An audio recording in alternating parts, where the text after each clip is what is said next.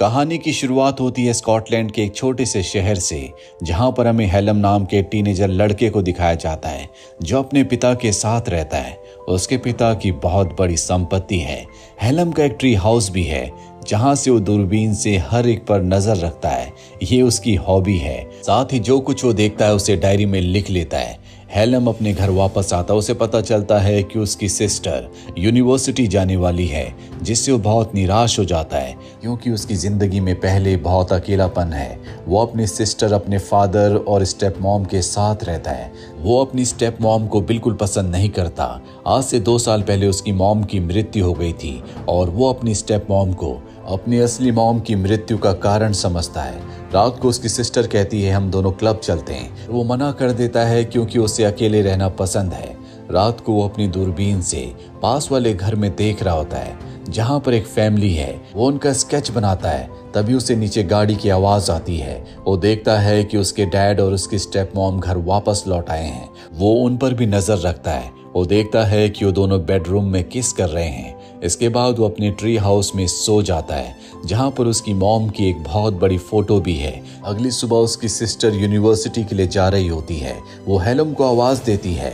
हेलम सुनता है लेकिन वो उसके सामने नहीं आता और जब उसकी गाड़ी चल देती है, हेलम उसकी गाड़ी के पीछे भागता है, उसे आवाज देता है और उसकी सिस्टर उसकी आवाज नहीं सुनती।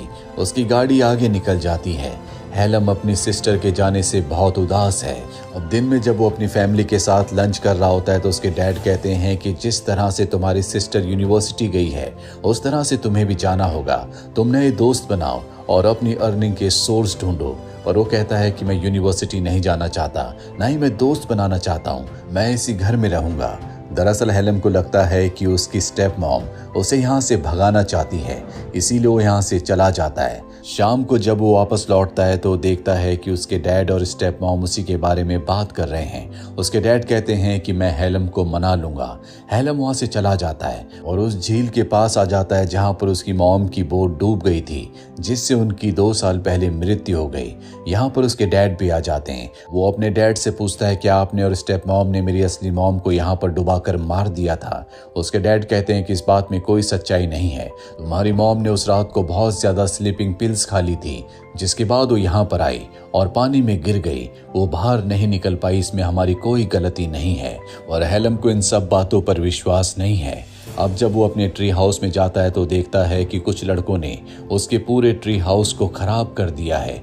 इसीलिए वो सारा सामान लेकर अपने घर में आ जाता है। उसकी स्टेप मॉम को उसकी वो डायरी मिल जाती है जिसमें वो लोगों के स्केचेस बनाता था, उनके बारे में हर एक चीज लिखता था। उसके बारे में भी हेलम ने बहुत कुछ लिखा हुआ है जिसे वो पढ़ लेती है।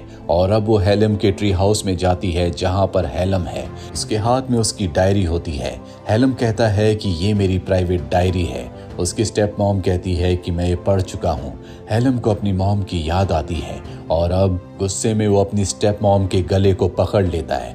पर उसकी स्टेप मॉम सच में एक अच्छी इंसान नहीं होती। वो उसे सिड्यूस करना शुरू कर देती है, जिस वजह से हेलम अपने आप को संभाल नहीं पाता और ये दोनों इंटीमेट हो जाते हैं। और अब उसकी स्टेप मॉम उसे ब्लैकमेल करती है कि उसे घर छोड़कर यहाँ से जाना होगा। हेलम के पास अब कोई रास्ता नहीं है। अगले दिन वो ट्रेन पकड़कर ईडनबर्ग पहुंच जाता है। वो एटीएम से पैसे निकालने की कोशिश करता है लेकिन उसे पता चलता है कि उसके अकाउंट में एक भी पैसा नहीं है। इसीलिए एक बिल्डिंग के टेरेस पर रात उसे गुजारनी पड़ती है। अगली सुबह जब वो नीचे देखता है वहां पर उसे एक लेडी दिखती है जिसकी शक्ल हूबहू उसकी असली मॉम की तरह है।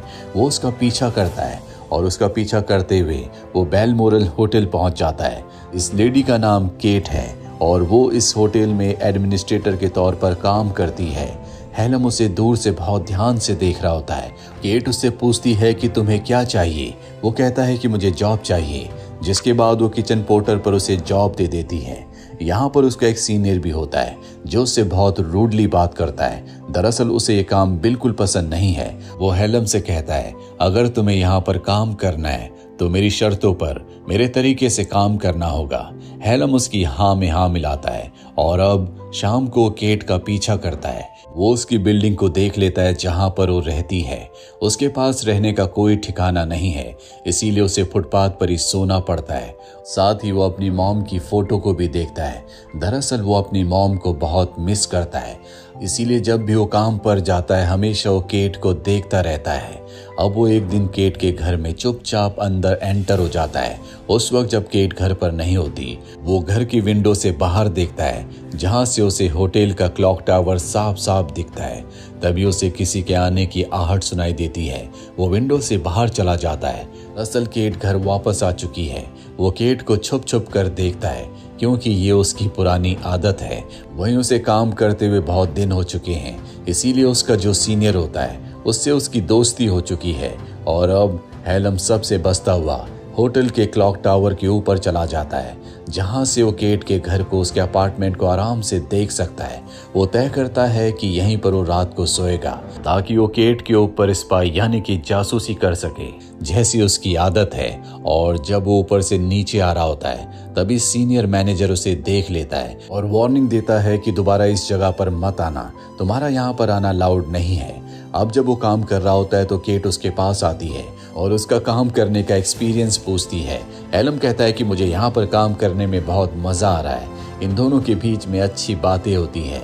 और अब रात होते ही वो क्लॉक टावर पर चला जाता है। दरअसल उसने इसे अपना घर बना लिया है। यहाँ से दूरबीन से वो हमेशा केट के ऊपर नजर रखता है। तभी वो देखता है कि केट के घर में कोई आया है। जब वो ध्यान से देखता है तो ये सीनियर मैनेजर होता है, जिसने उसे ऊपर से नीचे आते हुए देखा था। वो देखता है कि केट और वो आपस में इंटीमेट हो रहे हैं। वो उनकी बातें सुनना चाहता है, इसीलिए वो केट के घर की छत पर चला जाता है, जहां से वो इन दोनों की बातों को सुनता है। उसे पता चलता है कि सीनियर मैनेजर पहले से शादीशुदा है, उसकी एक बेटी भी है। केट के साथ उसका एक्स्ट्रा मैरिटल अफेयर है।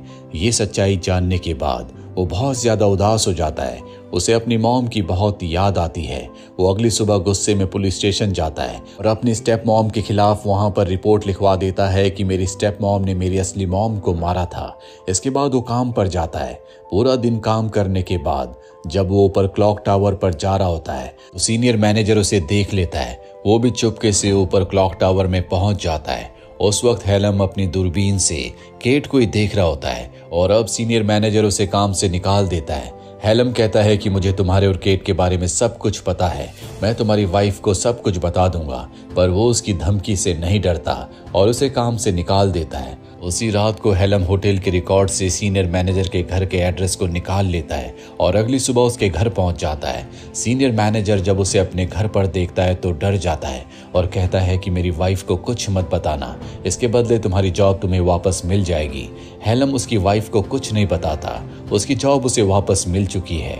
अब उसे केट अपने केबिन में बुलाती है और कहती है कि होटल में एक नई वैकेंसी है फ्रंट पोर्टर की, जिसकी यूनिफॉर्म भी बहुत अच्छी है। वो उस पोस्ट के लिए अप्लाई कर देता है। उसे वो पोस्ट मिल जाती है, जिससे हेलम बहुत खुश हो जाता है। और अब रात को केट के छत पर जाता है। वहीं हमें होटल के सीनियर मैनेजर को दिखाया जाता है, जो क्लॉक टावर से हेलम की दूरबीन से उसे देख लेता है कि वो केट की छत पर है। जिसके बाद वो केट के घर जाता है और केट के साथ इंटीमेट होता है। ऊपर से हेलम इस सब कुछ देख रहा होता है। सीनियर मैनेजर को पता है कि हेलम ऊपर से सब कुछ देख रहा है, पर उसे इस बात से कोई फर्क नहीं पड़ता। इसके बाद हेलम वापस क्लॉक टावर में आ जाता है और अपनी मॉम के लेटर को पढ़ता है, जो कि उसके बर्थडे पर उसकी मॉम ने उसे दिया था।